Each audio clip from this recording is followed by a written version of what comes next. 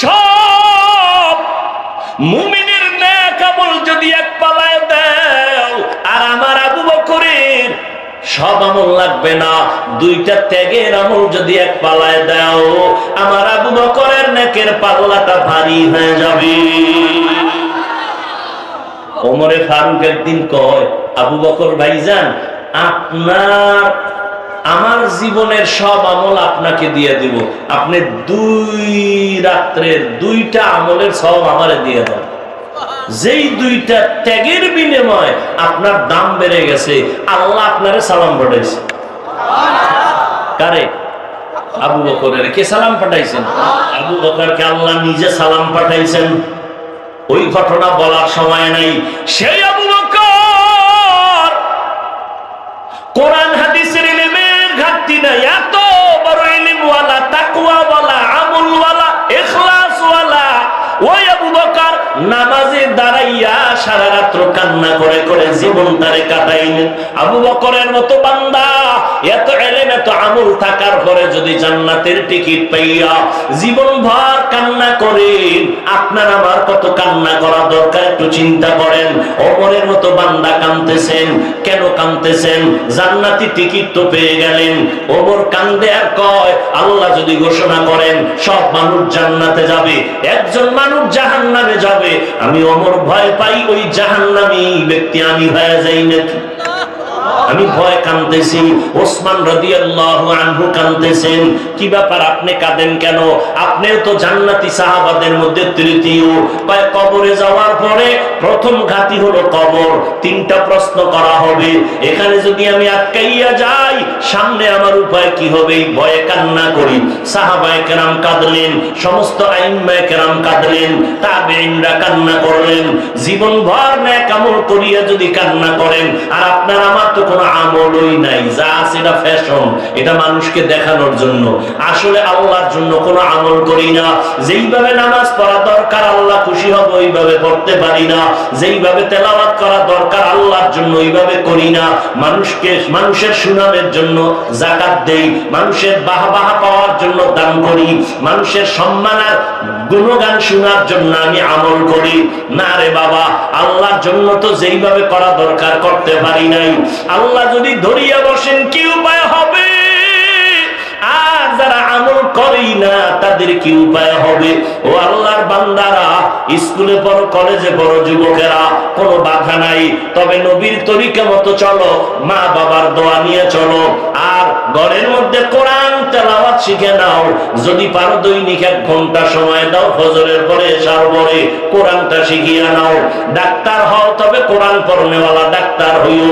Engineer যদি হতে চাও, কোরআন পড়নেওয়ালা নবীর আদর্শের ইঞ্জিনিয়ার হইও। জীবনটা তোমার ধন্য হয়ে যাবে। তুমি একজন প্রফেসর যদি হও, কোরআন পড়নেওয়ালা নবীর আদর্শের একজন প্রফেসর হইও, কোনো বাধা নাই। মাদ্রাসায় সন্তানটাকে কোরআনটা শিখাইয়া এরপরে সন্তানটাকে জেনারেল লাইনে পড়াবেন। ও আম্মা জানেরা, আপনাদের এত সম্মান সারা রাত বললেও শেষ হবে না। আপনারা নবী না, নবীদের মায়ের মতো মা, সাহাবায়ে কেরামের মায়ের মতো মা। এই স্টেজে এই মাদ্রাসার থেকে 5টা সন্তান হাফেজে কোরআন, পাগড়ি দেওয়া হলো। ওদের মা ওদের বাবা কত ধন্য মা বাবা হয়ে গেল। কিয়ামতের দিন আল্লাহ ওদের মা বাবাকে ডাকবেন, আসো, আমি নূরের টুপি তোমাদের মাথায় পরাইয়া দিব। আর কোরআন পড়নেওয়ালা হাফেজরে বলবে, তুই তেলাওয়াত কর, আর জান্নাতের তালাগুলো উঠতে থাক, অটো কোনো লিফট লাগবে না। আমি আল্লাহ আজ নিজে তোর কোরআন তেলাওয়াত শুনবো। আসরের শপথ, আসর বড় দামি এক সম্পদ। এ বিষয়ে সময় থাকলে পরে আমি আলোচনা করব, আসরটা কত দামি সম্পদ। এরপরে আল্লাহ যে কথা বলবেন এটা আরো দামি। ইন্নাল ইনসানা লাফি খুসর। আল্লাহ বলেন, কসম খেয়ে যা বলবেন এটা তো এমনিই দামি, কিন্তু এখানে আরো কত আশ্চর্য। আল্লাহ পাক বলেন, নিশ্চয়ই পৃথিবীর সব মানুষ ক্ষতিগ্রস্ত, জাহান্নামী। একটা মানুষও বাদ নাই। পৃথিবী নামক গ্রহে যত মানুষ সবগুলো জাহান্নামী। কসম খেয়ে বলেছেন অবিশ্বাসের কোনো সুযোগ নাই। দ্বিতীয়বার আল্লাহ তাকিদ দিয়েছেন, ইন্না নিশ্চয়ই, আল ইনসান, ইনসানের আলিফ লাম ইস্তিগরাকি, সব মানুষ, একজনও বাদ নাই। কে ধনী, কে গরিব, কে আলেম, কে মূর্খ, কে দেশি, কে বিদেশি, কে নারী, কে পুরুষ, কোনো ভেদাভেদ নাই, সব মানুষগুলো জাহান্নামী। কসম খাইয়া তাকিদ দিলেন আবার দুইটা, লাফি লাম তাকিদ। নিশ্চিত সমস্ত মানুষ অবশ্যই ক্ষতিগ্রস্তের ভেতরে, লাফি খসর, কোন সন্দেহ নাই। ভালো করে মনোনিবেশ হও, গুরুত্বের সাথে কথাটা কানে লাগাও, অন্তর দিয়া অনুধাবন করো। আল্লাহ শপথ করে বললেন, সাবধান হে দুনিয়ার মানুষ, সব মানুষগুলো জাহান্নামী, একজন মানুষও বাদ নাই। কি আমেরিকা, কি লেবানন, কি লন্ডন, কি দুনিয়ার প্রত্যেকটা মানুষ, সব জাহান্নামী। ঘোষণাটা কার? কসম খাইছেন, এটার গুরুত্ব কত। আবার তাকিদ দিছেন, ইন্না নিশ্চয়ই, আবার লাফি লাম তাকিদ অবশ্যই। আল্লাহ এতগুলো তাকিদ দিয়ে বললেন সব মানুষ জাহান্নামী, একজনও বাদ আছে? সব সব জাহান্নামী। এতটুকু বয়ান শুনে যদি দৌড় দেয়, তাহলে জীবনে আর কোনো কিছুর দরকার নেই। আল্লাহ কসম খায় কয় সব মানুষ জাহান্নামী, তো আর শুনে লাভ কি? আল্লাহ কয় কথা শেষ না, কিন্তু নামের ব্রেকটা লাগায় রাখছি, ইল্লা, সব মানুষ জাহান্নামে যাবে, কিন্তু, কিন্তু আছে না নাই? কিন্তু কয় কয় আল্লাহ কয় 4 গুণওয়ালা মানুষগুলো জান্নাতি। কয় গুণওয়ালা? যার মধ্যে 4টা গুণ থাকবে, এই মানুষগুলো যাবে জান্নাতে। কারবার আল্লাহ শপথ করলেন, তাকিদ দিলেন, তারপরে বললেন সব মানুষ জাহান্নামী, এরপরে কিন্তু নামের ব্রেক লাগাই দিছেন। এই কথা শেষ না, আরো আছে। ওদিকে মদিনার নবী কি করলেন? নবী বলেন, কুল্লু উম্মতি ইয়াদখুলুনাল জান্নাহ, সব উম্মতেরা জান্নাতি। এদিকে আল্লাহ কয় সব মানুষ, নবী কয় সব উম্মত। নবীর আশিকদের আর কোনো চিন্তা নাই, নাকে তেল লাগায় ঘুমাও, কারণ নবী বলছেন সব উম্মত জান্নাতে যাবে, অতএব নামাজের কোনো দরকার নাই। নবীও কিন্তু কয় আমার কথা শেষ না, লাভ দিস না, আমিও কিন্তু নামের ব্রেক লাগায় দিলাম, ইল্লা মান আবা, যারা আমি মুহাম্মদকে মানে না তারা জান্নাতে যাবে না। সাহাবায়ে কেরাম প্রশ্ন করেই ফেললেন, নবী আপনি বলেছেন যারা জান্নাতে যাবে না তারা কারা? যারা আপনাকে মানে না, বলেন আপনাকে মানে না কারা, তার গুণ কি, নিদর্শন কি? নবী বলেন যারা আমার অনুসরণ করবে তারা জান্নাতে যাবে। খেয়াল করেন, ছোট্ট চিকন পয়েন্ট। নবী বলেন যারা আমার অনুসরণ করবে তারা জান্নাতে যাবে। বিপরীত বুঝায়, এটার বিপরীত কি বুঝায়? যারা অনুসরণ করবে না তারা জান্নাতে যাবে না, এটাই তো বুঝায়। আবারও বলছি, সাহাবায়ে কেরাম জিজ্ঞাসা করলেন, নবী আপনাকে সব উম্মত জান্নাতে যাবে, যারা আপনাকে মানে না তারা জাহান্নামে যাবে, কারা মানে না? নবী বললেন যারা আমার অনুসরণ করে তারা জান্নাতে যাবে। বিপরীত বুঝায়, যারা নবীর অনুসরণ করে না তারা জান্নাতে। কিন্তু নবী এটা কয় না। খুব খেয়াল করেন, ওলামায়ে কেরামরা আরো বেশি খেয়াল করবেন, আপনি বুঝার জন্য না, আমার ভুল হয় কিনা ধরার জন্য। আর আপনারা খেয়াল করবেন বুঝার জন্য। যারা নবীর অনুসরণ করবে তারা জান্নাতে যাবে, এই কথার বিপরীত বুঝায় যারা অনুসরণ করবে না তারা জাহান্নামী। কিন্তু নবী এ কথা বলেন নাই। নবী কি বলছেন? যারা বিরোধিতা করবে তারা জাহান্নামে যাবে।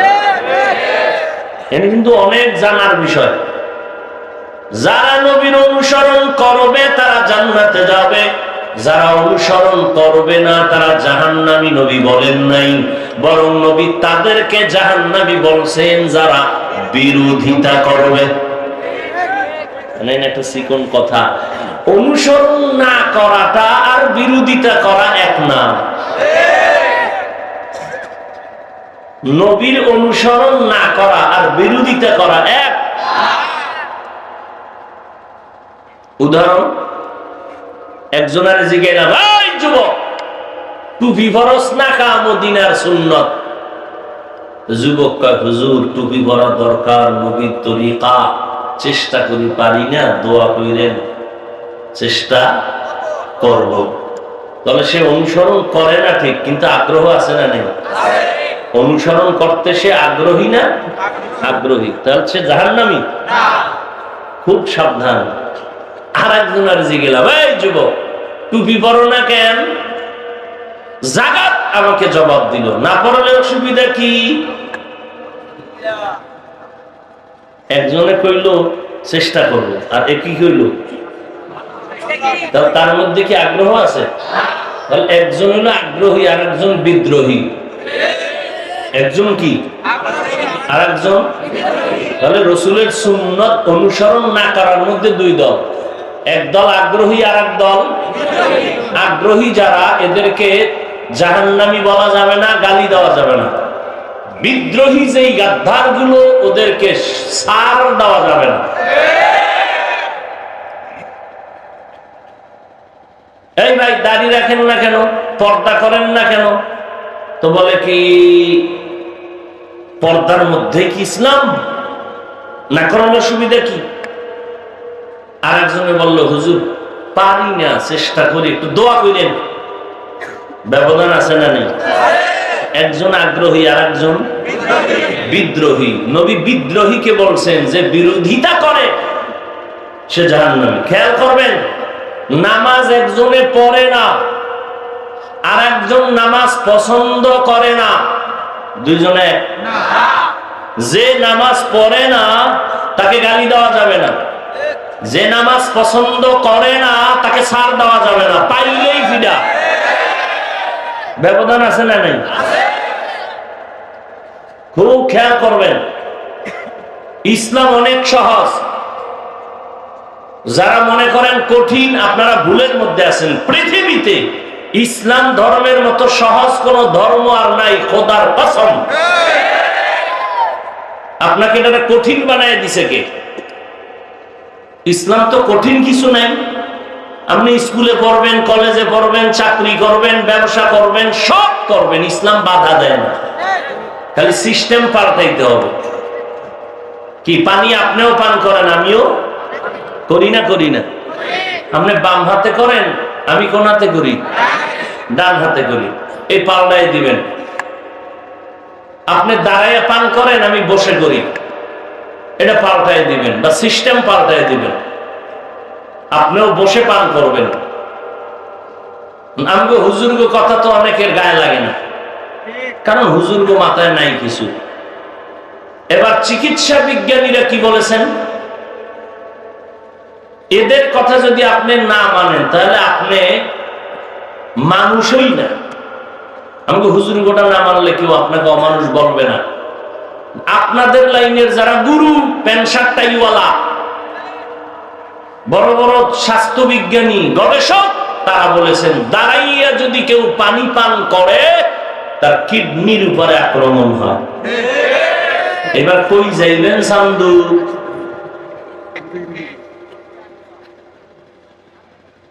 আপনারা মোনাজাতের পরে বাসায় যাবেন, আমিও যাব না? গিয়া আপনারা ফ্রেশ হবেন। কি হবেন? আমিও ফ্রেশ হব। আপনি ফ্রেশ হইতে গিয়ে কি গোসল করবেন? মনে করেন পাও ধুইলেন, হাত ধুইলেন, মুখ ধুইলেন, এই তো। আমিও কিন্তু এটাই করব। আপনার কোনো সওয়াব হবে না, আমারটাই সওয়াব হবে, কারণ আমি ওযু সহকারে করব, ওযুর নিয়তে করব।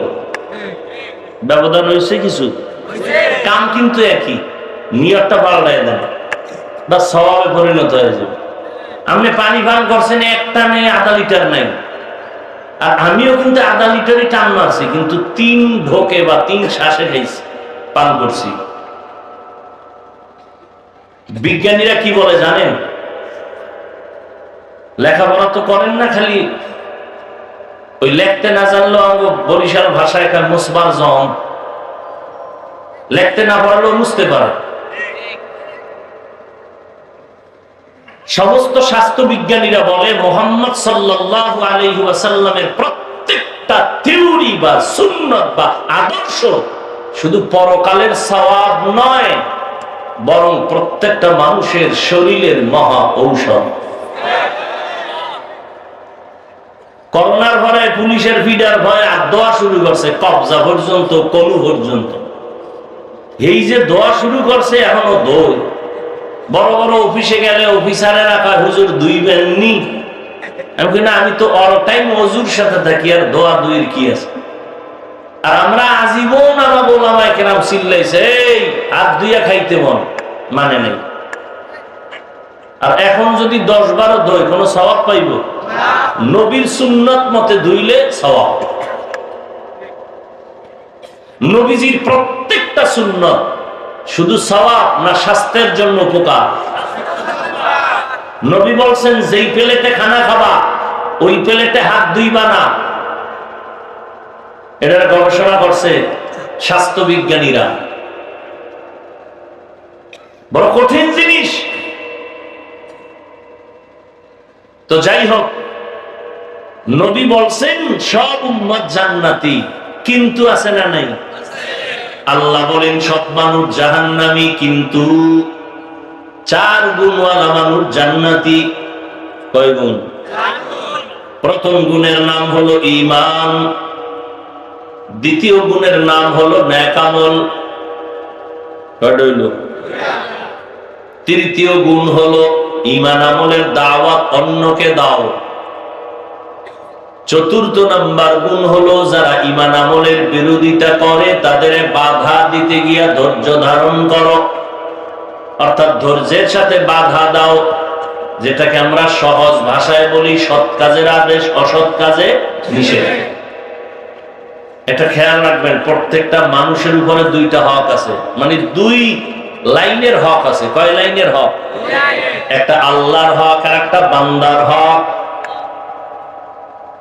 প্রত্যেকটা মানুষের উপরে কয় লাইনের হক আছে? একটা আল্লাহর হক আর একটা বান্দার হক। তুলনামূলক আল্লাহর হকের তুলনায় বান্দার হক আরো কঠিন, মারাত্মক। কেমন মারাত্মক? আল্লাহর হক আদায় করতে গিয়ে যদি বান্দার দুর্বলতা থাকে, আল্লাহ বলেন আমি চাইলে মাফ দিয়ে দিব, কিন্তু বান্দার হক যদি নষ্ট করে দাও, বান্দা ক্ষমা না দেওয়া পর্যন্ত আমি আল্লাহ ক্ষমা দিব না। তাহলে 4 গুণওয়ালারা জান্নাতে যাবে। এর প্রথম 2টা গুণ হলো আল্লাহর হক। ঈমান আনো, নেক আমল করো, আল্লাহর হক। কয় লাইনের হক আছে? ঈমান আনবেন, নেক আমল করবেন, কার হক? আর বাকি কার হক আছে? বান্দার হক। ঈমান আমলের দাওয়াত অন্যকে দাও, যারা মানবে না, বিরোধিতা করবে, তাদের ধৈর্যের সাথে বাধা প্রদান করো। তাহলে এখান থেকে কি বুঝলাম? দেখছেন কত পাওয়ারওয়ালা সূরা। বান্দা আপনি নামাজ পড়েন, রোজা রাখেন, আল্লাহ মানেন, কোরআন মানেন, সবই মানেন, জিকির করেন, তেলাওয়াত করেন, পর্দা করেন, ঈমানও আছে, নেক আমলও আছে, এরপরেও জান্নাত পাবেন না, পাবেন না, পাবেন না। কারণ এই ঈমান আমলের দাওয়াত অন্যকে দিবেন, যারা মানে না তাদের বাধা দিবেন। আর 2টা দায়িত্ব যদি পালন না হয়, আপনার শুধু ঈমান আর নেক আমল দিয়া জান্নাত পাওয়া যাবে না। যারা ঈমান আনছেন, আমল করেন, পাগড়ি পরেন, জিকির করেন, তেলাওয়াত করেন, পর্দা করেন, হালাল খান, কিন্তু আপনার আরো 2টা হক আছে না? 2টা দায়িত্ব আছে না? ওই 2 দায়িত্ব কি আল্লাহর হক না বান্দার? বান্দার হক।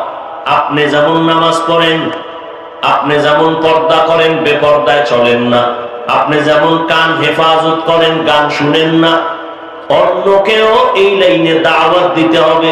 অন্য কারা? অন্যর মধ্যে প্রথম সিরিয়ালে আপনার আহাল। প্রথম সিরিয়ালে কারা? ইয়া আইয়ুহাল্লাযীনা আমানু কু আনফুসাকুম ওয়া আহলিকুম নারা وقودها الناس والحجارة عليها ملائكة غلاظ شداد لا يعصون الله ما أمرهم ويفعلون ما يؤمرون।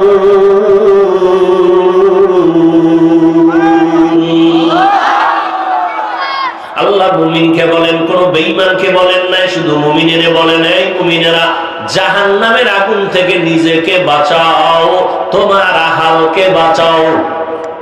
মা বাবা যারা আছেন, আপনার আহাল হলো সন্তান। যত স্বামী আছেন, আপনার আহাল হলো আপনার স্ত্রী। যত শিক্ষক আছেন, আপনার আহাল ছাত্র। ইমাম মুয়াজ্জিন, ইমাম খতিবদের আহাল মুসল্লি। ভালো করে মনে রাখবেন, আল্লাহ কয় জাহান্নাম থেকে আগে নিজেকে বাঁচাও, পরে আহালকে বাঁচাও।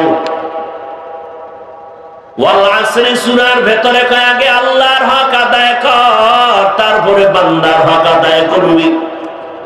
ঈমান আনছো, আমানতু বিল্লাহি ওয়া মালাইকাতিহি ওয়া কুতুবিহি ওয়া রুসুলিহি ওয়াল ইয়াউমিল আখির ওয়াল কদরি খাইরিহি ওয়া শাররিহি মিনাল্লাহি তাআলা ওয়াল বা'সি বা'দাল মাউত। ঈমান আনলাম, আল্লাহ মানি, নবী মানি, কিতাব মানি, কিয়ামত মানি, ফেরেশতা মানি, সব ঈমান আনলাম। এই অনুযায়ী আবার আমল করি। আজান হলে নামাজে দাঁড়ায় গেলাম, পর্দা রক্ষা করি। এরে আল্লাহর বান্দা, তাহলে প্রথম হক আদায় করলাম, আল্লাহর হক। আমি জাহান্নাম থেকে নিজেকে বাঁচাবার চেষ্টা করলাম। আমার দ্বিতীয় দায়িত্ব হলো আমার আহাল যারা, তাদেরকে ঈমান আমলের দাওয়াত দিতে হবে। আমি বাবা হইয়া আমার আহাল প্রথম ছেলে, আমি স্বামী হইলে আমার আহাল স্ত্রী। আমি নামাজ পড়লেই হবে না, আমার সন্তান, আমার স্ত্রীকে দাওয়াত দিতে হবে। ও বিবি, নামাজ পড়ে নাও, খানাটা একটু পরে পাকায় দিলেও হবে। কিন্তু কিছু কপাল পোড়া জমিনের মধ্যে আছে, স্ত্রী রোজা রাখে, নিজে রোজা রাখে না। স্ত্রী নামাজ পড়ে, স্বামী নামাজ পড়ে না। ওই বেনামাজি রোজার মাস কয়, রোজা রাখার নাই রাখ, খানাটা আমারে আগে দিবি, নামাজ পড়ে। আছে না নেই? জাহান্নাম থেকে নিজেকে বাঁচাই ওরে মুমিন। নামাজ নিজে পড়ার পরে আহালকে দাওয়াত দাও, ও সন্তান নামাজ আদায় করে নাও। আমি নামাজ পড়ি, তুমিও নামাজ আদায় করো। ১৫০০ বছর আগে পয়গম্বর বলে গেলেন, ও উম্মতেরা, সন্তানের বয়স যখন ৭ বছর হবে, নামাজের মুসাল্লায় দাঁড় করায় দাও। ১০ বছর যখন হবে, একটু শাসন করা লাগলেও শাসন করে নামাজের মুসাল্লায় দাঁড় করাও। অল্প বয়সে লাইনে নিয়ে নাও।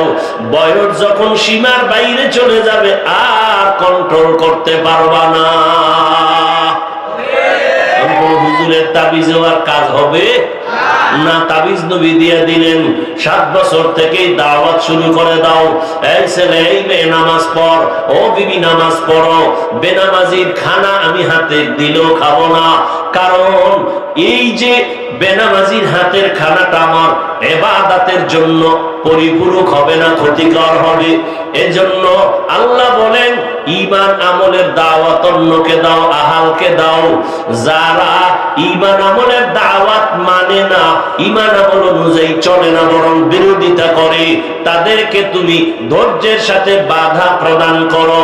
গালি দিবে, ফিরবা না, ধৈর্যের সাথে বাধা দাও। না, গান শোনা যাবে না, বেপর্দায় চলা যাবে না, কারো হক নষ্ট করা যাবে না, বোনের হক নষ্ট করা যাবে না, ভাইয়ের হক নষ্ট করা যাবে না, আল্লাহর বিরোধিতা করা যাবে না, নবীর তরিকার বিরোধিতা করা যাবে না। আল্লাহর হক, এরপরে বান্দার হক। আল্লাহ বলেন, সব মানুষ জাহান্নামে যাবে, 4 গুণালা মানুষ জান্নাতে যাবে। প্রথম গুণ হলো ঈমান আনো। কেমন ঈমান? নির্ভেজাল ঈমান, এরপরে নেক আমল করো। বলে কেমন আমল? বলে বেদাত মুক্ত আমল, যেই আমলের মধ্যে মন গড়া কিছু থাকবে না, সব থাকবে মদিনাওয়ালার তরিকা। কার তরিকা?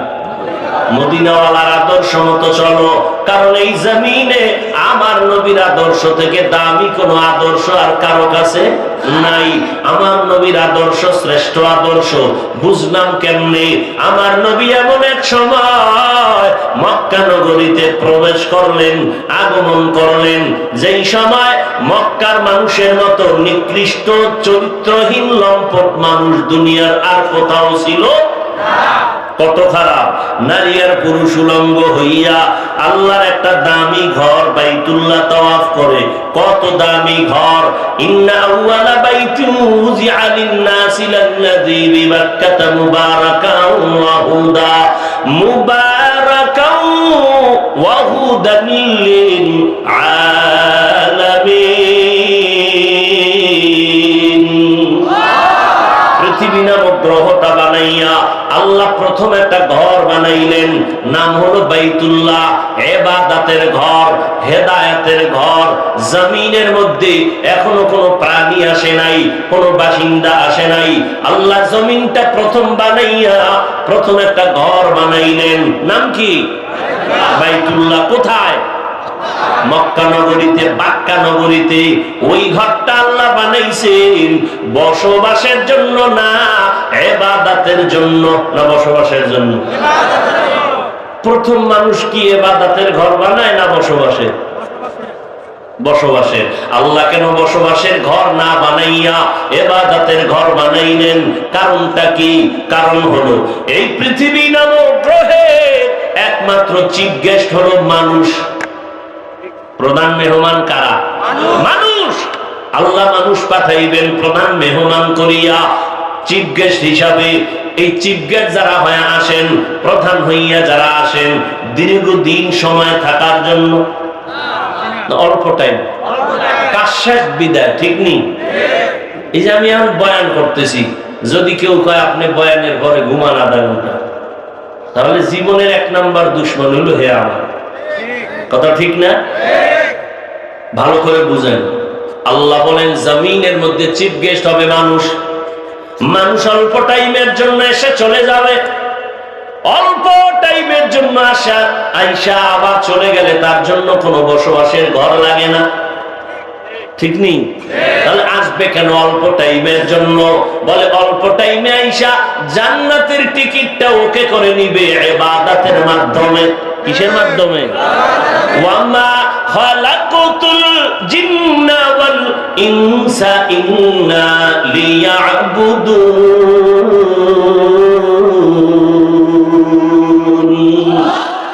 মা খালাকুতুল জিন্না ওয়াল ইনসি বাখা, জুজ ইবাদত নিস্তে মাকসুদ আজাহা। ইবাদতের জন্য আসবে তো দুনিয়াতে মানুষ চিফ গেস্ট হইয়া আসবে। তার কাজ হলো জমিনে করবে ইবাদত। বান্দা বসবাসের জন্য আমার আল্লাহ বানায় রাখছেন চিরস্থায়ী শান্তির ঠিকানা জান্নাত। আমাদের বসবাস কোথায়? দুনিয়া কি ঘুমানোর জায়গা নেই? এজন্য নবী বলেন, ক্বালান নবী সাল্লাল্লাহু আলাইহি ওয়া আলিহি ওয়াসাল্লাম, আদ-দুনিয়া সিজনুল মুমিন ওয়া জান্নাতুল কাফির। পয়গম্বর বলেন, মুমিনের জন্য দুনিয়াটা জেলখানা, বেঈমানের জন্য বালাখানা। জেলখানায় যেমন ঢুকলে স্বাধীনতা থাকে না, মানুষ যখন মুমিন হইয়া জমিনে আসছো তোমার মন মতো চলা যাবে না। জেলখানার মানুষ মনে চাইলে খানা পায় না, তুমিও মনে চাইলে খানা খাইতে পারবা না। জেলখানার নিয়ম অনুযায়ী তোমাকে চলতে হবে, ওখানে নিয়ম শৃঙ্খলা মেনে চলতে হবে। মনে চাইলে দৌড় দিতে পারবা না, মনে চাইলে ঘুমাইতে পারবা না, মনে চাইলে খানা খাইতে পারবা না। রোজা রাইখা মন চাইলে খানা খাইতে পারবা না। রোজার মাস রোজা রাখবা, যেই খানা হালাল রোজা অবস্থায় ওই খানা তোমার জন্য হারাম। কেন? খানাটা নিজস্ব জায়গায় হারাম না, কিন্তু রোজার কারণে এখন খাওয়াটা হারাম। খাওয়াটা হারাম, কারণ আল্লাহর বিধানে নাই। তুমি এখন ইবাদতের মধ্যে আসো, নামাজের মধ্যে আসো, খানা বন্ধ করে দাও, পানি তোমার জন্য হালাল, নামাজের মধ্যে খাওয়া হারাম হবে, কারণ এখন তুমি মাওলার সাথে মোলাকাতের সংযুক্তের মধ্যে আসো। অতএব ইবাদতের জন্য আল্লাহ তোমাকে আমাকে পাঠাইবেন বিদায়, আল্লাহ এজন্য আগে ইবাদতের ঘর বানায় রাখছেন। এটা কেমন ঘর? দৈনন্দিন বান্দা কাজের পরে একটা হাজিরা দেওয়া লাগেনি? কথা বল না কেন? স্কুলে পড়ে হাজিরা দেয়, মাদ্রাসায় পড়ে হাজিরা দেয়, প্রতিষ্ঠানে যারা কাজ করে হাজিরা দেয়, চাকরিজীবী চাকরি করে এরপরে ফিঙ্গার্স দেয় না?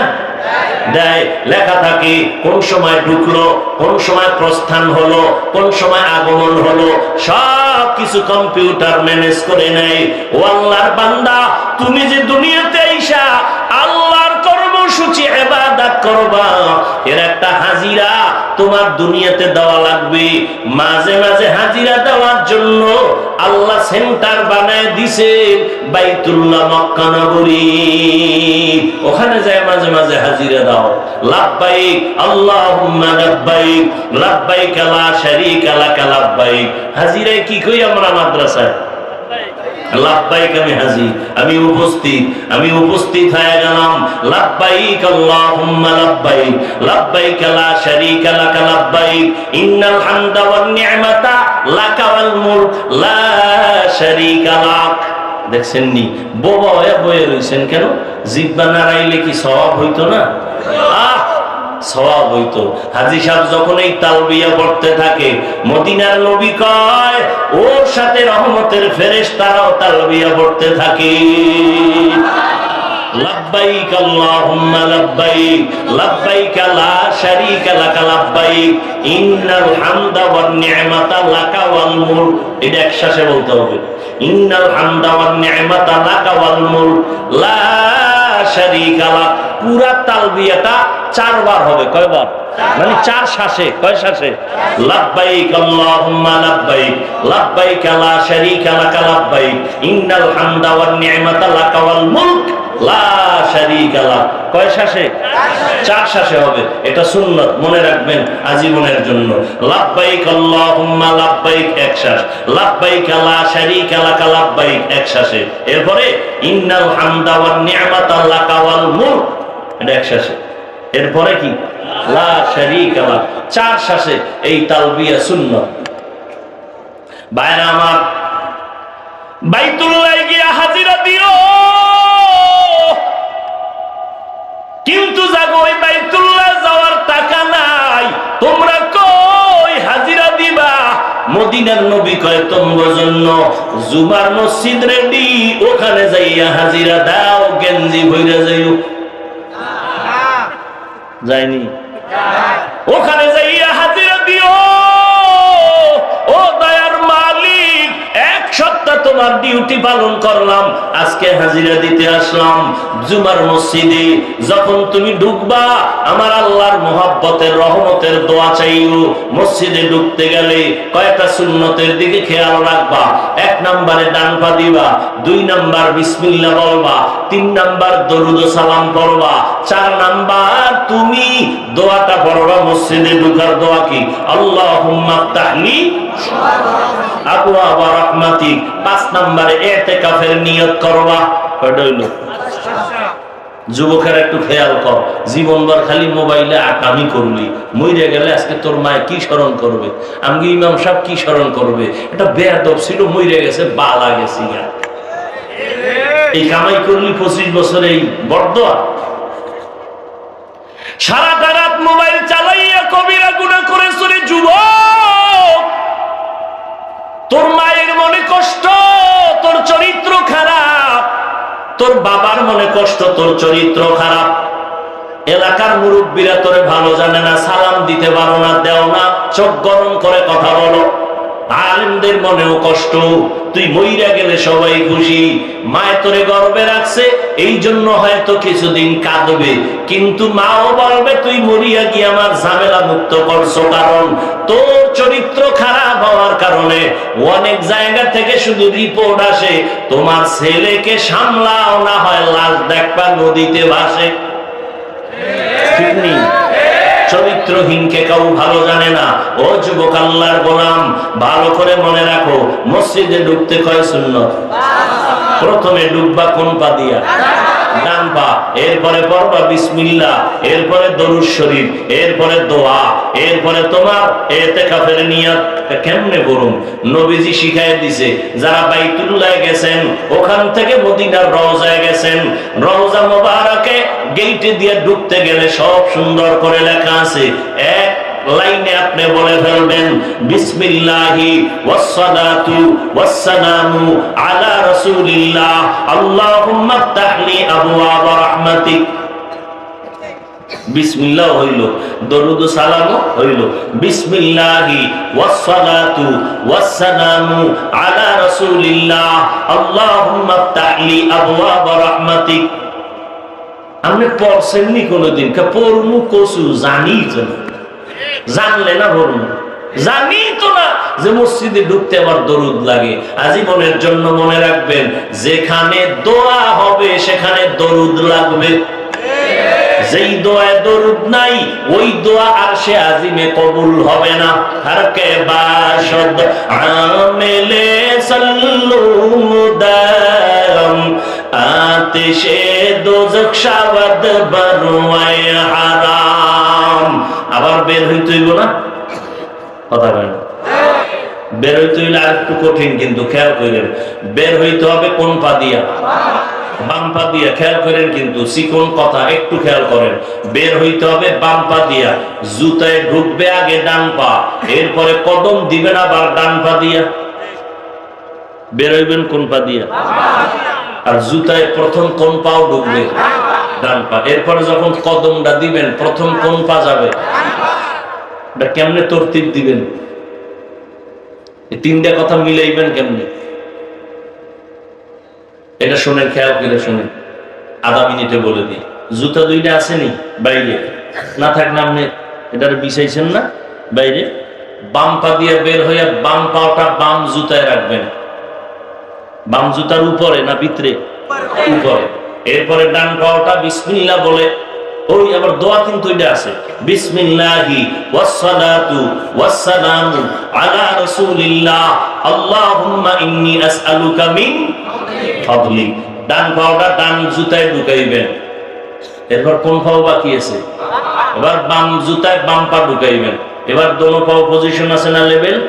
এবার বিসমিল্লাহ বলে ডান পাও দিয়া কদম শুরু করবেন, সুন্নাত।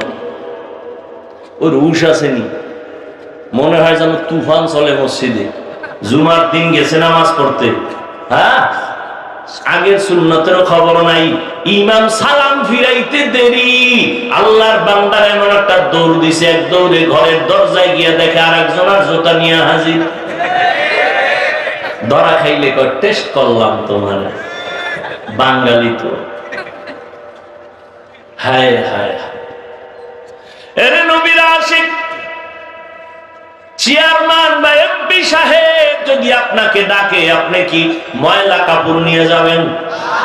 সময় না থাকলেও 5 মিনিটের জন্য ধুম তাড়াতাড়ি কোন রকম জামা কাপড় পরবেন, যেটা সেটা পরবেন, একটু মোটামুটি পরিষ্কার, ঠিক না?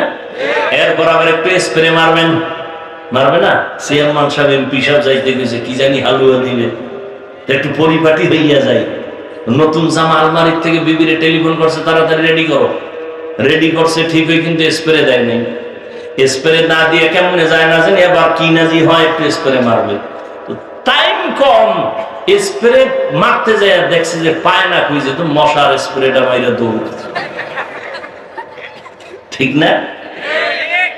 এরে নবীর উম্মত, ভালো করে বুঝো, পৃথিবীতে আল্লাহর বাড়ি হলো মসজিদ, আল্লাহর ঘর। ওখানে যারা ঢুকবা, তুমি আমার আল্লাহর স্পেশাল মেহমান। আল্লাহ তোমাকে ডাকছেন, হাইয়া আলাস সালাহ, হাইয়া আলাল ফালাহ। তুমি আল্লাহর বাড়ি মেহমান হইয়া যাও, কেমনে ময়লা জামা কাপড় পরো, একটু কি তোমার অন্তরে বাধা হয় না? আবার অনেকে গেঞ্জি পরিয়া ঢুকছো, গেঞ্জির পেছনে আবার বাঘ ভাল্লুক বানরের ছবি লাগাইয়া মসজিদে ঢুকছো। বড় আফসোস। আবার সালামের পরে দৌড় দিছো, জুমার দিন সালামের পরে কমপক্ষে 4 রাকাত সুন্নাত পড়া লাগবে, না হয় কবিরা গুনাহ হবে। যারা সুন্নাত না পড়া দৌড়াইয়া বের হয়ে গেল রে বাবা, 2 রাকাত ফরজের সওয়াব আর একদিকে 4 রাকাত সুন্নাত না পড়ার গুনাহ নিয়ে দৌড় দিলা। এটা কেন? কিছু সওয়াব কিছু গুনাহ, 5 ওয়াক্ত নামাজ না পড়ার শাস্তি। এমন একটা মসজিদ দেখছেন জুমার দিন ভরপুর, জায়গা নাই জায়গা নাই জায়গা নাই, 1 তলা 2 তলা 3 তলা খালি বাড়ায়, তলা বাড়াইতেছে এত মুসল্লি জুমার দিন, ঠিক না? সব মসজিদ ভরপুর। কমিটি গায়ে টাকা দাও, ছাদ বাড়াতে হবে, মুসল্লি জায়গা হয় না, এত মুসল্লি জুমায়। এরা সব ঢাকা থেকে আসছে আপনার এই এলাকায় না? এলাকায় এরা ফজরে কইছিল, মুরগি চুরি করতে গেছিল, আবার জুমার পরে এমন দৌড় দিছে, আসরে আর কোন মুসল্লি নাই, ঠিক নেই। এইরকম নামাজ পড়ে খোদার শান্তি দিবে? আফসোস। মাকুন সুসুতি নামাজে পাঞ্জগানা ফাওয়াইলুল লিল মুসাল্লিনা আল্লাযিনা মুমিনারা ইনামাজ ইমদাদে দা ইস্তাইনু আয়াতে কর আবাখা আয়াতে কর আয়াতে কদ আফলাহা দেখুন গৌর কুন্দর মানিয়াজদের সাদেকুন। ও আল্লাহর বান্দারা, অতএব আল্লাহর হক আদায় করো, দ্বিতীয় বান্দার হক আদায় করো, আল্লাহর হক মানানো নেক আমল করো, বান্দার হক এই অনুযায়ী অন্যরে দাওয়াত দাও। ও স্বামী স্ত্রীকে দাওয়াত দেন, নিজে নামাজ না পড়া নিজে আগে ঠিক হবেন, এরপরে স্ত্রীকেও দাওয়াত দিবেন, মা বাবারাও নামাজ পড়বেন, সন্তানকেও নামাজের দাওয়াত দিবেন। না হয় হাসরের ময়দানে সন্তান আপনাদের বিরুদ্ধে মামলা দায়ের করবে, কিয়ামতের দিন ভয়ঙ্কর হালাত হবে আপনার, আল্লাহর আদালতে বড় কঠিন জবাবদিহিতার কাঠগড়ায় দাঁড়াতে হবে। এই জন্যই তো আমার নবী, যার কোনো গুনাহ নাই, আছে কোনো গুনাহ?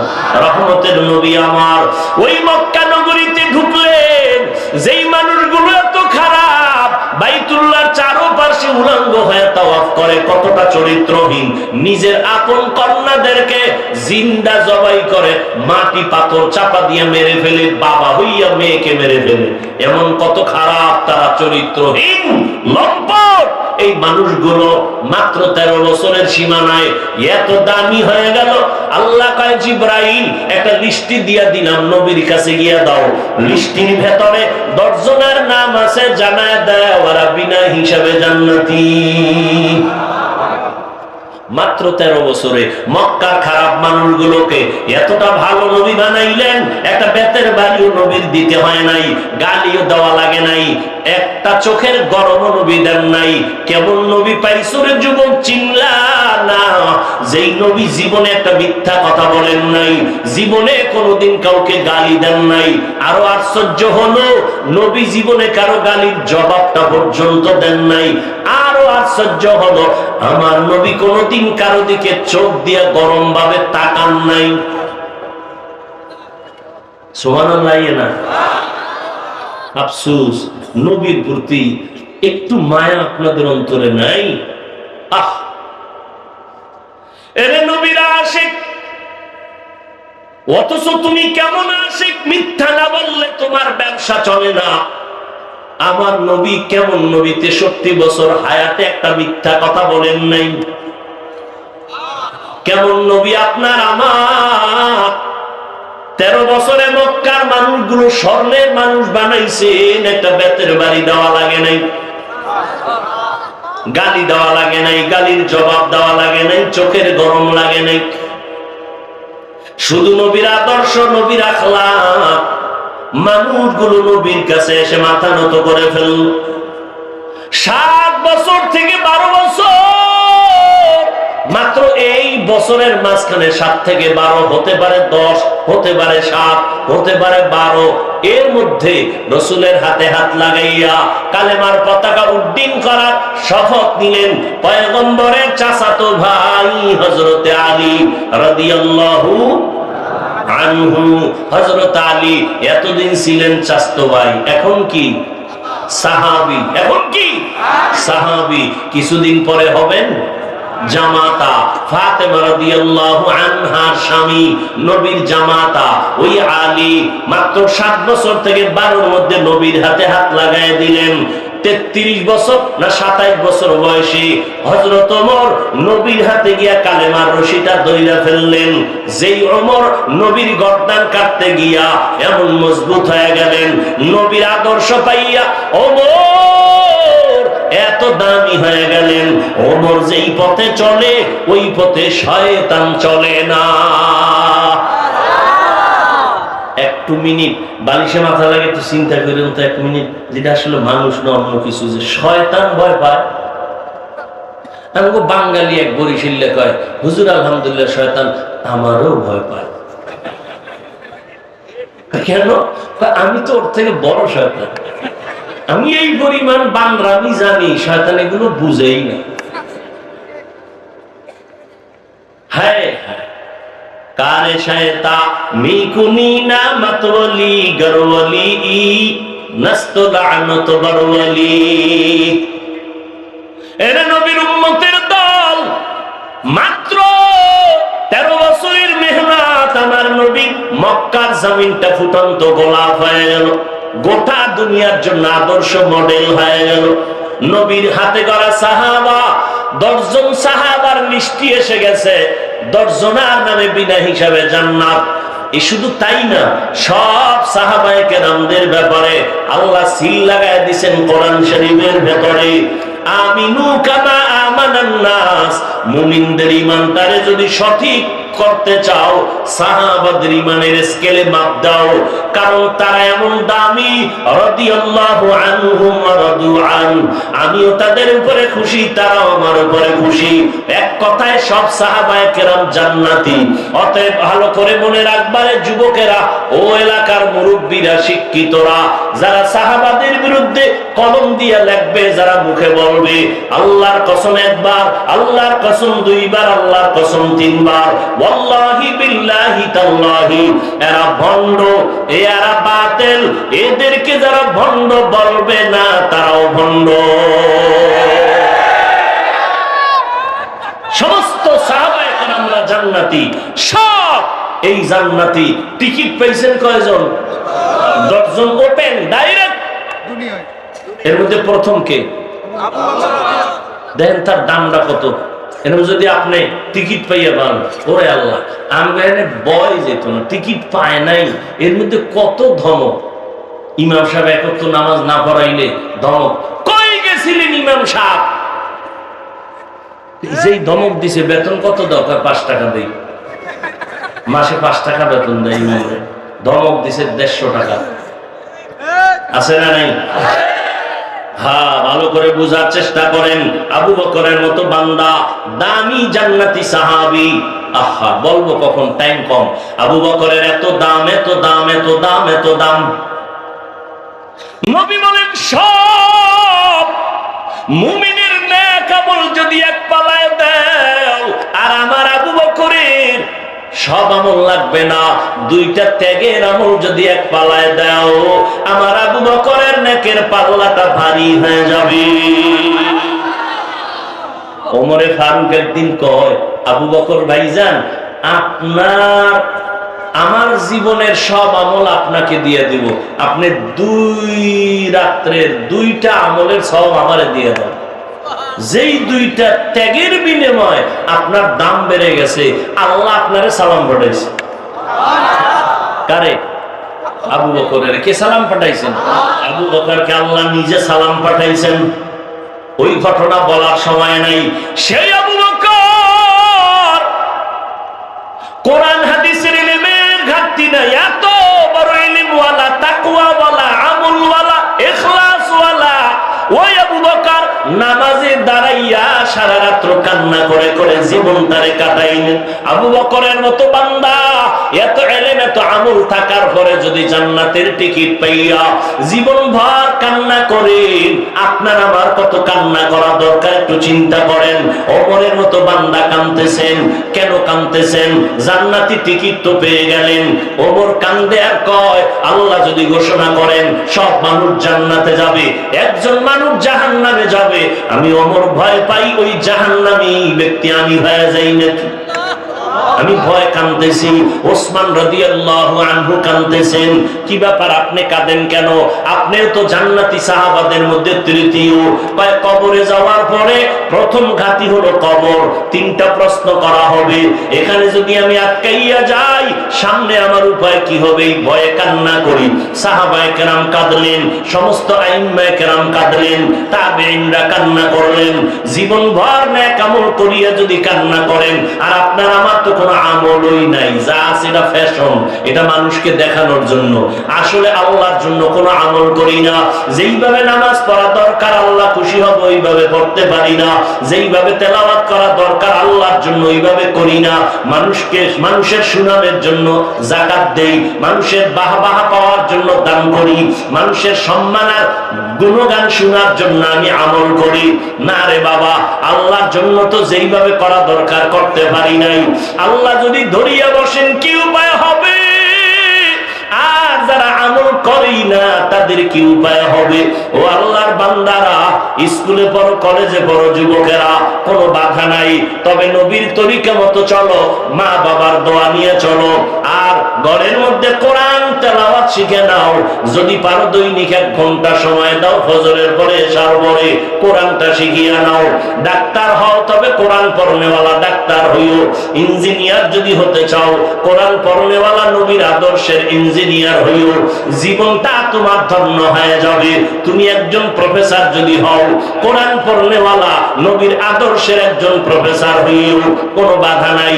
মাদ্রাসায় সন্তানটাকে কোরআনটা শিখাইয়া এরপরে সন্তানটাকে জেনারেল লাইনে পড়াবেন।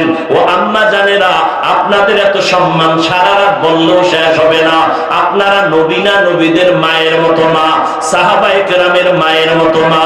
এই স্টেজে এই মাদ্রাসা থেকে 5টা সন্তান হাফেজে কোরআন পাগড়ি দেওয়া হলো। ওদের মা ওদের বাবা কত ধন্য মা বাবা হয়ে গেল। কিয়ামতের দিন আল্লাহ ওদের মা বাবাকে ডাকবেন, আসো, আমি নূরের টুপি তোমাদের মাথায় পরাইয়া দিব। আর কোরআন পড়নেওয়ালা হাফেজরে বলবে, তুই তেলাওয়াত কর, আর জান্নাতের তালাগুলো উঠতে থাক, অটো কোনো লিফট লাগবে না। আমি আল্লাহ আজ নিজে তোর কোরআন তেলাওয়াত শুনবো। এরে আম্মা জানেরা, আপনারা আয়েশা রাদিয়াল্লাহু আনহার মতো নারী, ফাতেমা রাদিয়াল্লাহু আনহার মতো নারী, খাদিজা রাদিয়াল্লাহু আনহার মতো নারী।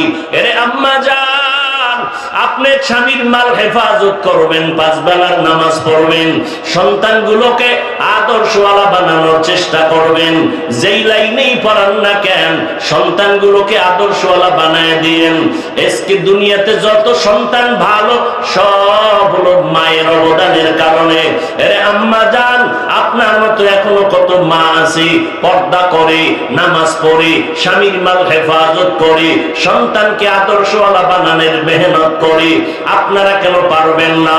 ও বৃদ্ধ বাবাজিরা, আপনার মতো কত বাবা হাতে লাঠি নিয়ে টোকাইয়া মসজিদে যাইয়া 5 বেলার নামাজ পড়ে, আপনারা কেন পারবেন না? আল্লাহর কাছে পিছনের গুনাহ থেকে তওবা করেন, সামনে আর নামাজ ছাড়বেন না। ও যুবকেরা, তোমার মতো যুবক স্কুল কলেজে পড়িয়াও 5 বেলার নামাজ পড়ে আছে না নাই? তুমি কেন পারবা না রে বাবা? তোমার মতো যুবক র্যাব, আর্মি, পুলিশ, বিডিআরের চাকরি করে, নদীর মধ্যে মাছ ধরে, জমিনে কৃষি কাজ করে, রাস্তায় গাড়ি চালায়, নামাজ ছাড়ে না। তুমি কেন পারবা না? আল্লাহর কাছে তওবা করে নাও। জীবনে তো নামাজ কম ছাড়লা না, আজকে থেকে তওবা করো, মনে বুঝাও আল্লাহর কোরআন মিথ্যা না। ওই কোরআনে গুনাহগারের শাস্তি হবে কবরে, তাও সত্য। নেক আমলওয়ালা শান্তির জান্নাত পাবে, তাও সত্য। অতএব গুনাহ নিয়ে কবরে যাইও না রে বাবা। আল্লাহর কাছে পেছনের গুনাহ থেকে তওবা করো। হেদায়েতের মালিক আল্লাহ। মনে মনে আমার আল্লাহকে বলো, হে মালিক, জীবনে আর নামাজ ছাড়বো না, বেপরদায় চলবো না, মা বাবাকে কষ্ট দিব না, উলামায়ে কেরামের পরামর্শ নিয়ে চলবো, নবীর তরিকা মেনে চলবো। তওবা করার মতো যদি অন্তর তৈরি হয়, আল্লাহর কোরআনের উপরে বিশ্বাস রাখিয়া, উলামায়ে কেরামের কথার উপরে বিশ্বাস রাখিয়া, নবীজির আদর্শের উপরে বিশ্বাস রাখিয়া যদি মনটাকে বুঝাইয়া তওবা করতে পারো, ওরে মন, তোমার আমার মতো স্কুলে পড়ুয়া কত ছাত্র নামাজ ছাড়ে না, আমি তুমি কেন পারবো না? এইভাবে নিয়ত করিয়া তৈরি হয়ে যাও, আল্লাহর কাছে তৌফিক চাও, হে আল্লাহ, জীবনে আর নামাজ ছাড়বো না, দেশ জাতির বিরুদ্ধে ষড়যন্ত্র করবো না, মা বাবার দোয়া নিয়ে চলবো, উলামায়ে কেরামের পরামর্শ নিয়া নবীর তরিকা মেনে চলবো। তওবা করার মতো যদি কারো অন্তর তৈরি হয়, মুনাফিকি না থাকে, খাঁটি তওবার নিয়তে দুটো হাত আমার আল্লাহকে দেখাইয়া দাও। আয় আল্লাহ, হাতগুলো কবুল করে নেন, তওবা কবুল করে নেন, তওবার উপরে মজবুত হইয়া চলার মতো তৌফিক দান করেন, আমিন। আলহামদুলিল্লাহি রাব্বিল আলামিন, ওয়াসসালাতু ওয়াসসালামু আলা সাইয়্যিদিল আমবিয়াই ওয়াল মুরসালিন ওয়া আলা আলিহি ওয়া আসহাবিহি আজমাইন। ইয়া আরহামার রাহিমিন, ইয়া আরহামার রাহিমিন, ইয়া আরহামার রাহিমিন। রব্বিরহামহুমা কামা রব্বায়ানি সগীরা। আল্লাহুম্মা ইন্নাকা আফুউন কারীম তুহিব্বুল আফওয়া ফা'ফু আন্না। আল্লাহুম্মা ইন্না নাসআলুকা রিযাকা ওয়াল জান্নাহ ওয়া নাউযু বিকা মিন সাখাতিকা ওয়ান নার। ও দয়ার মালিক, গুনাহের বোঝা নিয়ে আপনার দরওয়াজায় হাত তুলেছি রে আল্লাহ, কুদরতের নজর দিয়া তাকায় দেখেন কত উলামায়ে কেরামরা হাত তুলেছেন, কত মুরব্বী হাজী সাহেব, কত ব্যবসায়ী চাকরিজীবী, পর্দার আড়ালের মা বোনেরা, আমার কলিজার যুবক ছাত্র ভাই, মেহেরবানি করে সবার জীবনের গুনাহগুলো মাফ করে দেন আল্লাহ। এ মাহফিল কবুল করে নেন, আয়োজনকারী সহযোগিতাকারীদেরকে কবুল করে নেন, আলোচনার ভুল ত্রুটি ক্ষমা করে দেন আল্লাহ। আয় আল্লাহ, এই এলাকায় মাহফিলের বরকতে মাদ্রাসাকে কবুল করে নেন, হাফেজে কোরআন যারা পাগড়ি নিল তাদেরকে কবুল করে নেন। আয় আল্লাহ, যত ছাত্র আছে লেখাপড়া করে সবাইকে কবুল করে নেন, মাদ্রাসা মসজিদের সহ অন্যান্য শিক্ষা প্রতিষ্ঠান নবীর আদর্শে কবুল করে নেন, মা বোনদের আবেদা বানায় দেন, সন্তান নেককার বানায় দেন, সারা দুনিয়াবাসীকে মাফ করে দেন। আয় আল্লাহ, ফিলিস্তিন সহ সমস্ত মাজলুম মুসলমানের উপরে রহমত নাজিল করেন, ইসরায়েল সহ সমস্ত জালিমদের জুলুম থেকে হেফাজত করেন, বাংলাদেশ শান্তির দেশ বানায় দেন। আয় আল্লাহ, প্রশাসনিক ভাবে যারা কাজ করে দিনদার বানায় দেন, জনপ্রতিনিধির দায়িত্ব যারা পালন করে, আয় আল্লাহ, দিনের খাদেম বানায় দেন, প্রবাসী যারা আছে হেফাজত করেন। আয় আল্লাহ, এলাকার ঘরে ঘরে শান্তি দান করেন আল্লাহ। আয় আল্লাহ, মাদ্রাসা যাদের হাতে গড়া তাদেরকে কবুল করে নেন। আয় আল্লাহ, প্রবাসী ভাই জনাব কবির সাহেব সহ, রফিকুল ইসলাম সাহেব সহ আরো যারা এলাকার জনপ্রতিনিধি দায়িত্বশীল, আয় আল্লাহ তাআলা সবাইকে দিনের খাদেম বানাইয়া দেন, হায়াতে ইজ্জতে বরকত বাড়ায়া দেন, তাদের সন্তান পরিবার যারা আছে সবাইকে দিনদার বানায় দেন। আয় আল্লাহ, তার আব্বা আম্মা দুনিয়ায় নাই, আয় আল্লাহ কুদরতের দ্বারা জান্নাত দান করেন। আমাদের ভেতরে যাদের মা নাই, যাদের বাবা দুনিয়াতে জিন্দা নাই, অন্ধকার কবর থেকে দোয়ার অপেক্ষায় আছে রে সন্তান, ওই মা বাবার চেহারাটাও কি নজরে পড়ে না রে সন্তান? আয় আল্লাহ, জানি না এই ময়দানে কারা ইয়তীম, মা হারা বাবা হারা অসহায়, মেহেরবানি করে সবার কবর জান্নাত বানায় দেন আল্লাহ। যারা বেঁচে আছেন হায়াত বাড়ায় দেন, অসুস্থ যারা সুস্থতার নিয়ামত বাড়ায় দেন। আয় আল্লাহ, সবার সন্তানগুলো আদর্শওয়ালা বানায় দেন। মা বাবা সন্তানের মাঝে মহব্বত বাড়ায় দেন। যারা লেখাপড়া করে পরীক্ষার্থী কামিয়াবি দান করেন। আয় আল্লাহ, ঘরে ঘরে সুন্নতের বাতি জ্বালায় দেন। উলামায়ে আহলে হকের বিজয় দান করেন। নবীজির রওজা মুবারক বাইতুল্লাহ জিয়ারতের তৌফিক দান করেন। যারা গিয়েছে বারবার যাওয়ার তৌফিক দান করেন। যারা যেতে পারে নাই কুদরতের দ্বারা ব্যবস্থা করে দেন আল্লাহ। আয় আল্লাহ, মিথ্যা মামলায় যারা জড়িত কুদরতের দ্বারা মুক্তির ব্যবস্থা করে দেন। ও দয়ার মালিক, মেহেরবানি করে মাহফিল নাজাতের জরিয়া বানায় দেন। কিয়ামত পর্যন্ত আহলে হকের ব্যানারে কবুল করে নেন। আয় আল্লাহ, আদবালা বিনয়ী জিন্দেগি দান করেন। মা বাবা সন্তান উস্তাদ ছাত্রের মাঝে মহব্বত বাড়ায় দেন। গুনাহের প্রতি ঘৃণা জমায় দেন। সমস্ত ব্যবসায়ী চাকরিজীবী কামাই রুজি যারা করে বরকত বাড়ায় দেন। অভাবীদের অভাব দূর করে দেন। ঋণ আদায়ের ব্যবস্থা করে দেন। আয় আল্লাহ, আমাদের সবার দিলের নেক আশা নবীজির মহব্বতে কবুল করে নেন। আয় আল্লাহ, নবীজির মহব্বতে হিংসা দূর করে মহব্বত বাড়ায় দেন। রিয়া হাসাদ কিবির দূর করে ইখলাস দান করেন। চলার পথে ইজ্জতের সাথে হেফাজত করেন। উলামা তোলাবা উম্মতের অন্তরে মুহাব্বত বাড়ায় দেন। ইলম ও হিলম ও হিকমত আমলে বরকত বাড়ায় দেন। সমস্ত মাখলুকাতের শারারত থেকে হেফাজত করেন আল্লাহ। মুখালিফের মুওয়াফিক বানায় দেন।